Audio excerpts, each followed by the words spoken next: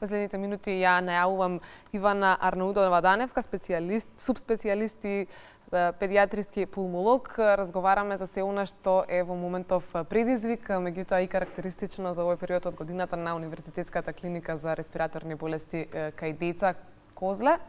И освен за аерозагадувањето, зборуваме за респираторните вируси и инфекции, меѓутоа и каква е моменталната состојба. Добре ни дојдовте. Добро ве најдов, добро утро. Поздрав до гледачите, ви благодарам за поканата во вашата утринска емисија. Се надевам ќе допреме до родителите и ќе им дадеме некои корисни совети или ќе им одговориме на некои прашања кои често си ги поставуваат родителите. Каква е моменталната состојба во вашата клиника, во детската клиника за респираторни болести Козле, и со што се соочувате како предизвик во моментов и кои се оние најчести интервенции? Навистина, градинките и училиштата постепено се празнат, амбулантите се полни. Дури не се случува да околу 150 прегледи да имаме за едно деноноќие, тоа со себе носи изголемување на бројот на хоспитализирани деца. Така што постепено се зголемува бројот на респираторни инфекции кои почнуваат прво како вирусни и потоа многу често и се јавуваат и компликации со бактериски суперинфекции. Последниот период актуелна тема за жал е секако аерозагадувањето, така што колку тоа допринесува да имате зголемен обем на работа и колку им штети на најмалите. Така, за жал, Скопје е во врвот на неславната листа на најзагадени градови во Европа и во светот, меѓутоа и други градови во нашата земја се секако на таа неславна листа. Она што ние им препорачуваме на родителите е да се користат маски, да се користат секако и прочистувачи за воздух во домот. При излегување надвор пожелно е да се користат маските, меѓутоа и да се избегнуваат престои во затворени простории, трговски центри, секаде каде што има голема фреквенција на луѓе, да се избегнува контакт со болни, со покачена температура, со кашлица, кога ќе бидат присутни во домот, да се после престој надвор, да се измијат рачињата, лицето, да биде секако избалансирана исхраната која ја внесуваат.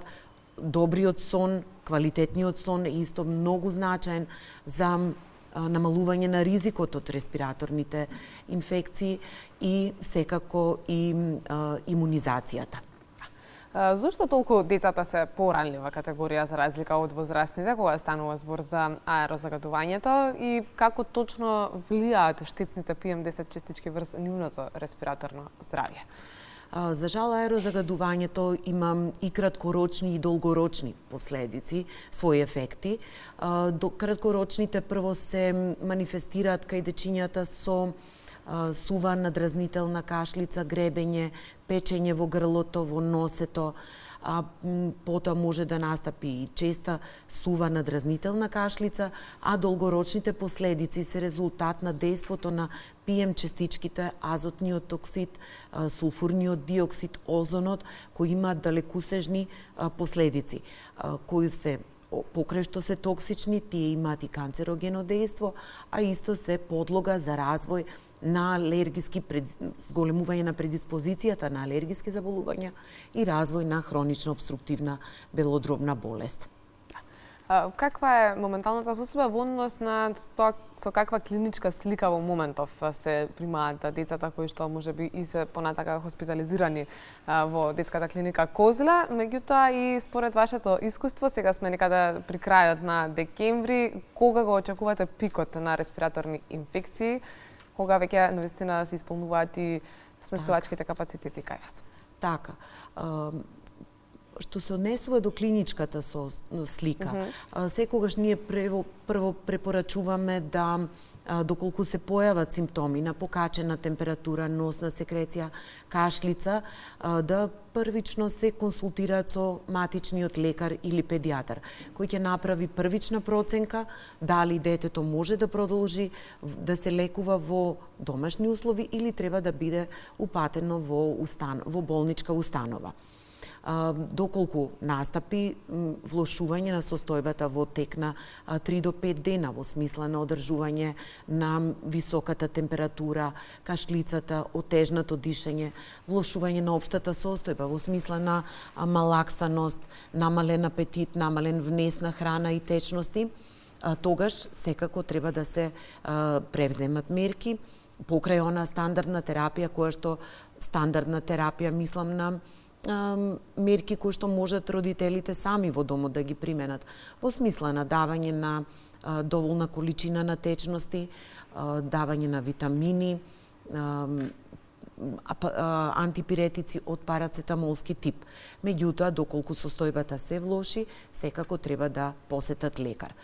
Во однос на второто прашање, пикот, дали е се уште пикот. Да, ние сега сме во период кога се искачуваме кон пикот. Од ден на ден се повеќе се зголемува бројот на заболени со сезонските вирусни инфекции. Во моментов доминира грипот, инфлуенца тип А, и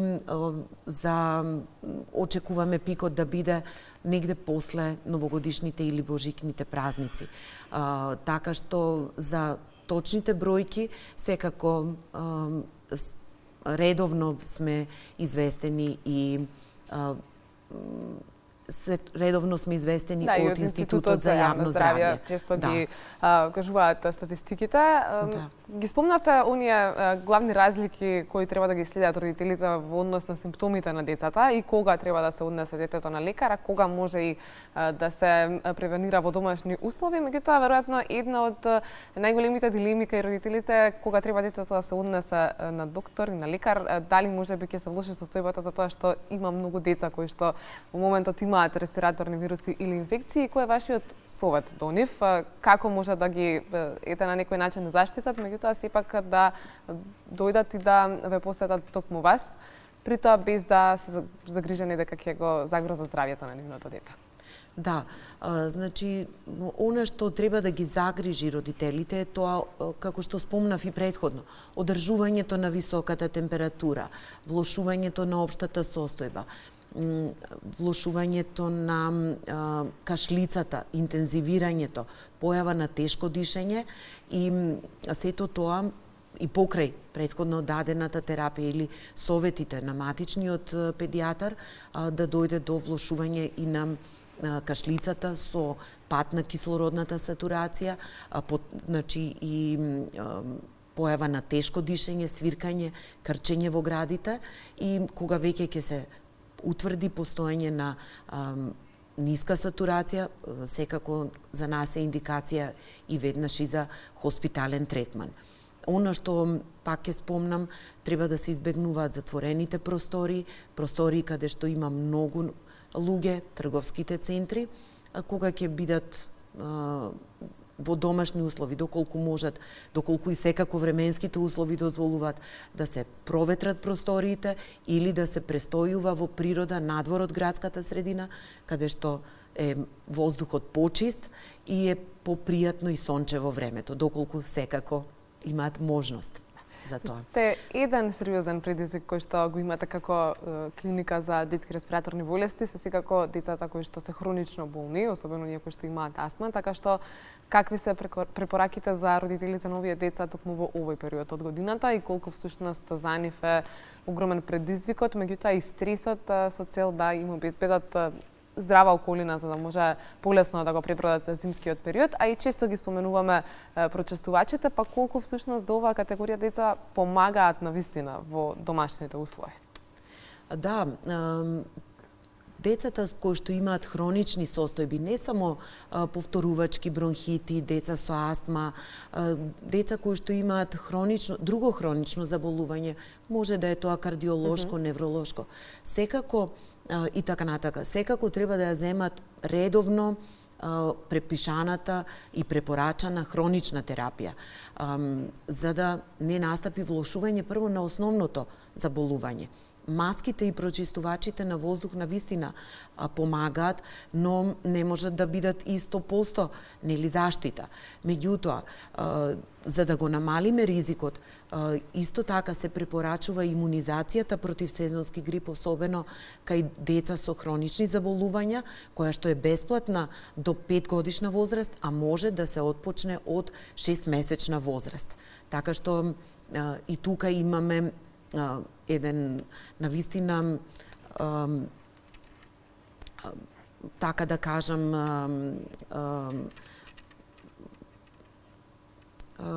предизвик кој што предизвик, да, и самото убедување на родителите дека и потребна ќе е имунизација против сезонски грип, не само со она стандардна редовна имунизација на децата.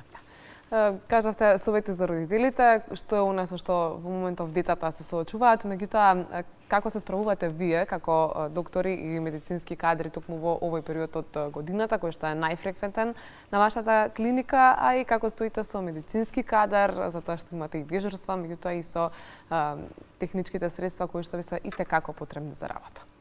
Да, со ваков предизвик ние па секоја сезона се соочуваме во овој период од годината. Навистина сериозен предизвик и искуство беше епидемијата со COVID-19 и тоа не научи на многу работи и ни беше навистина едно огромно искуство за сите нас како да се справиме и со епидемии и со наплив на голем број на заболени, бидејќи ние тогаш бевме и ковид центар за деца. Но располагаме со медицински и технички кадар во смисла да имаме низа на лабораториски микробиолошки испитувања со кои што би се детектирал причинителот за одредено респираторно заболување и откако ќе се детектира навремено да се делува на причинителот. Во однос на тоа како стоите со кадар, на некој начин веќе ни одговоривте, меѓутоа колку се предизвикувачки и дежурствата, особено во овие предновогодишни и новогодишни денови кога се празнува и кога после градинка и децата наистина имаат потреба од тоа да доаѓаат и во тој нередовен термин за прегледи и интервенции. Да, навистина во тек на викендите имаме наплив на пациенти. Родителите доаѓаат загрижени, секако потребен им е совет, препорака, секако се обидуваме да одговориме во најдобро што можеме, но сепак викендите сепак се оптеретување и нашите капацитети, особено за викендите, се скоро пополнети. Така што навистина има предизвике. Меѓутоа сте подготвени да одговорите на потребата да, на вашите пациенти, односно на најмладите. Благодарам многу за денешното гостување. Ви благодарам вам за